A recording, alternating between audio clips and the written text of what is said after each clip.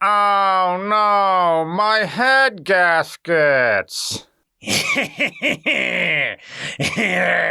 Upon you, I place the mark of the beast! Welcome to the 2005 Cadillac DeVille DHS North Star. Those who know are already getting an A, and those who don't, here's the study guide.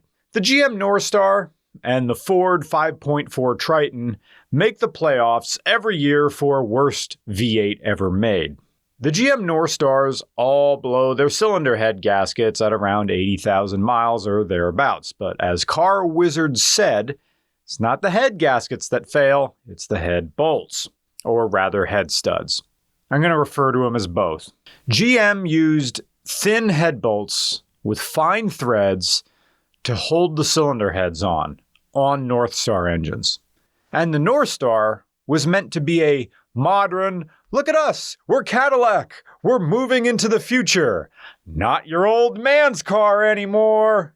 Behold our aluminum engine block. Fine, it's fine to have an aluminum engine block, but these steel, fine threaded head bolts just tore the fine threads in the softer, lightweight aluminum.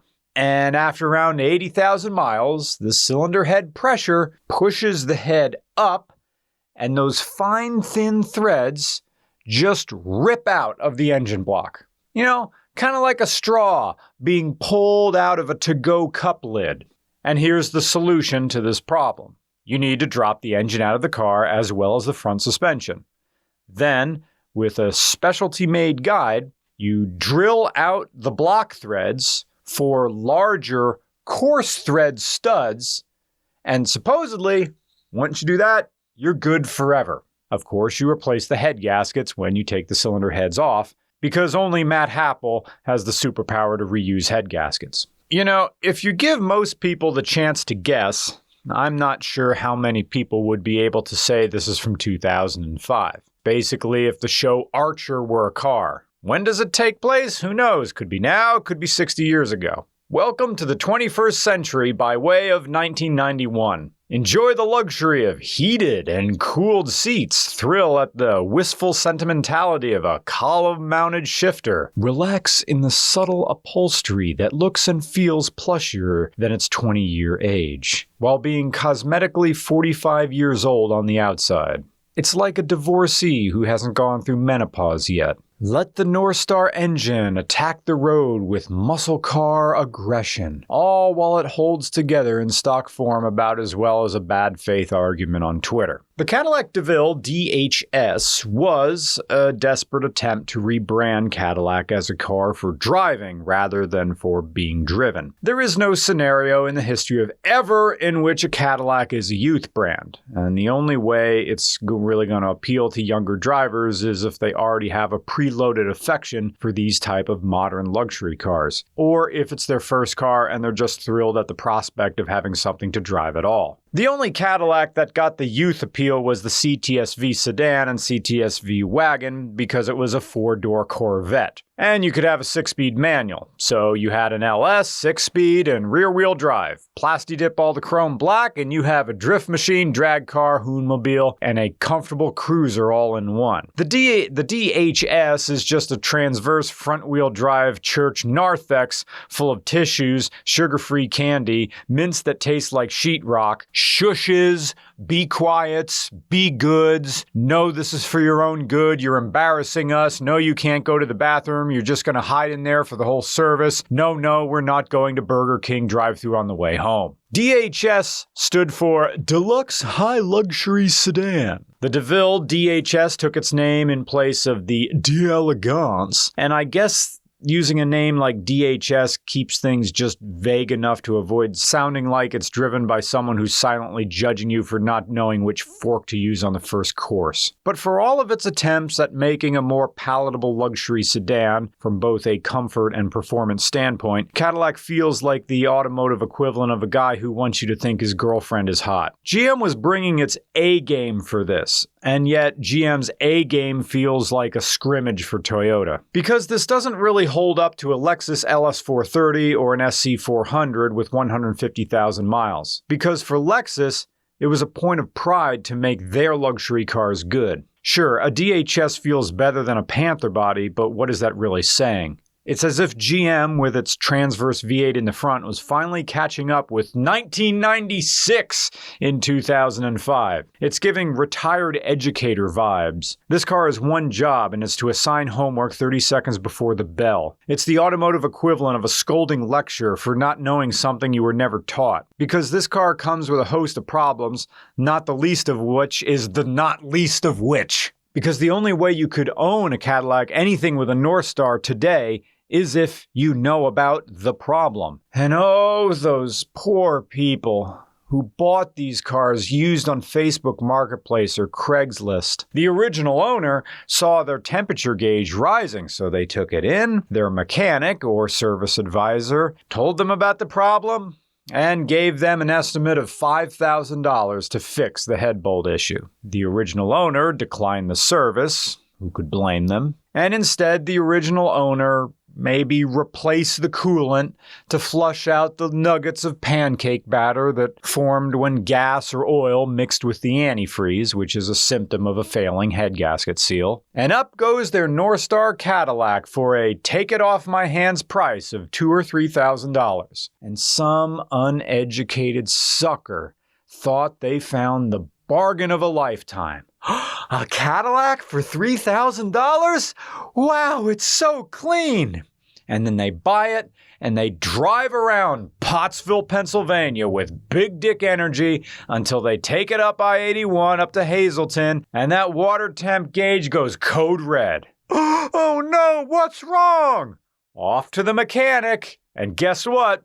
$5,000 estimate. That's more than I paid for the whole car! And now the second owner has the same choice to make. Flush the coolant and pass this rotten fruit on to the next rube, or scrap it, take the $350 in metal, and get a Nissan Altima from a buy here, pay here place, and make $80 monthly payments until they finally hit the Pennsylvania Lottery Cash 5 $426.9 every time. But this DHS was fixed. Head studs and multi-layer gaskets and everything, so we now can enjoy this car for the Cadillac GM intended it to be. This one's fixed. It had the service. So, the North Star as it should be. It is a 4.6-liter LD8, making 275 horsepower and 300 pound-feet of torque, matched to a Traverse 4TL80E transmission. This car has rear air suspension as well. This is the high-torque LD8 rather than its high-horsepower brother, the L37. But while sources only place this at about 25 horsepower less than the L37, it's only making 5 more pound-feet of torque. So you might wonder what's going on with this engine.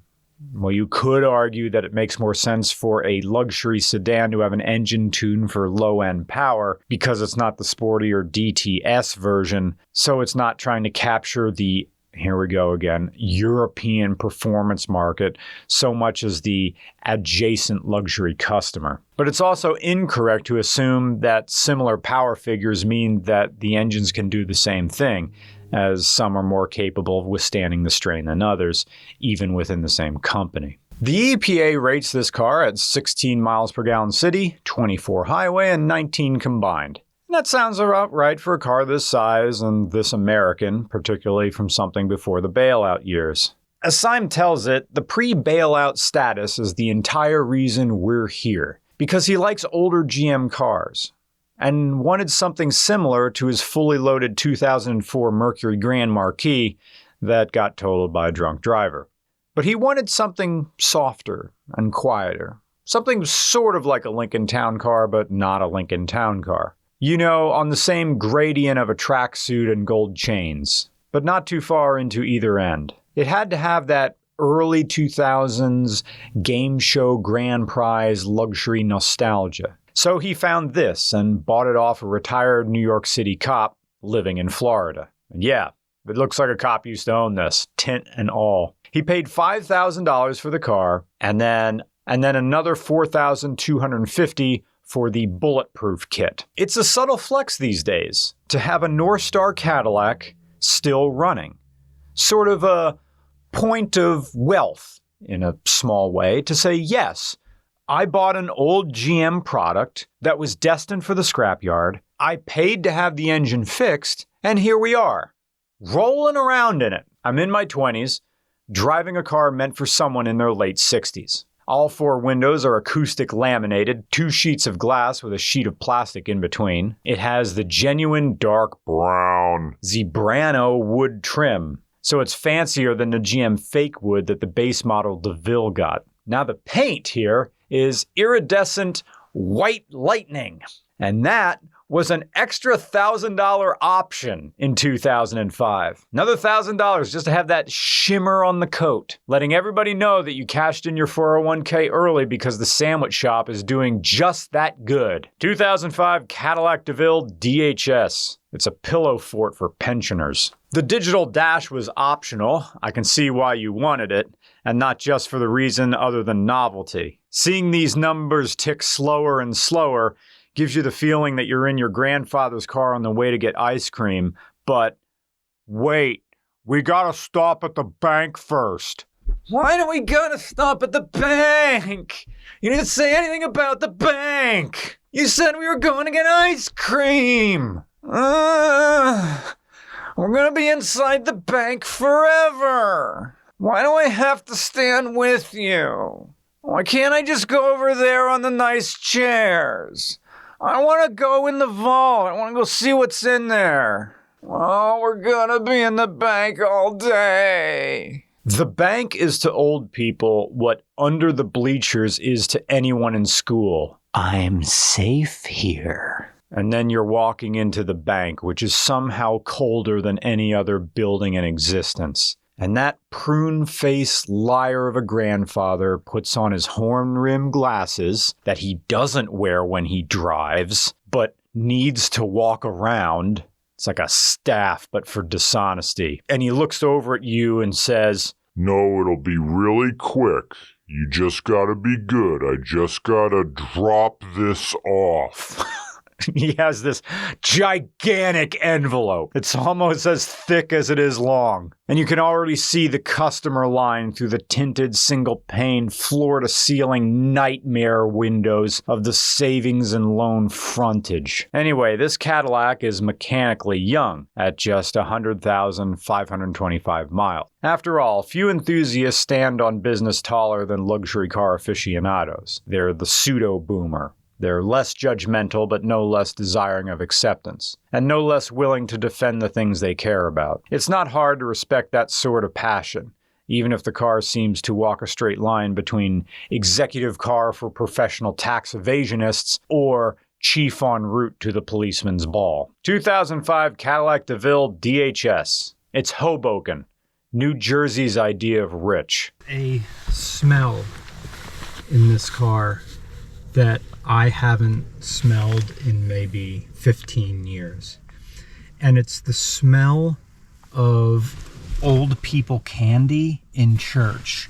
Or there used to be a bowl of really bad tasting peppermints next to the automatic bell ringing machine in the narthex cloakroom that I used to go in there and snack on before Mass or consistory or whatever the UCC calls the main service. I forget.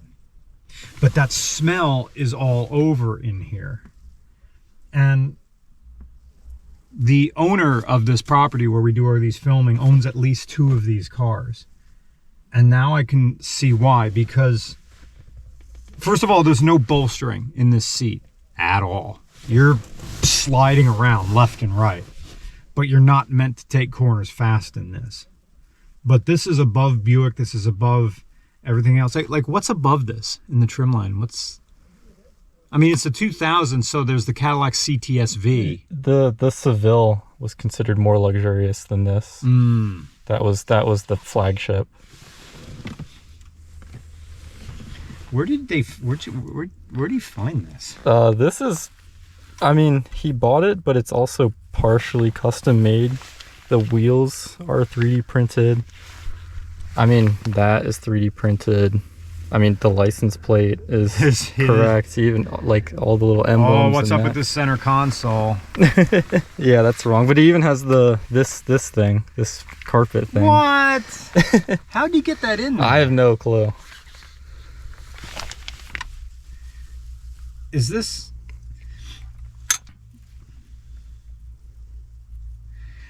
I see these toys in CVS a lot, but... I think he said this one was like $100 or something.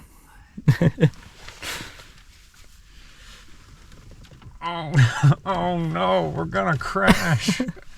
I'm thinking about my son and worrying if he... MSRP in 2005 was $57,200, and in 2024, that's $92,346. It is comfortable.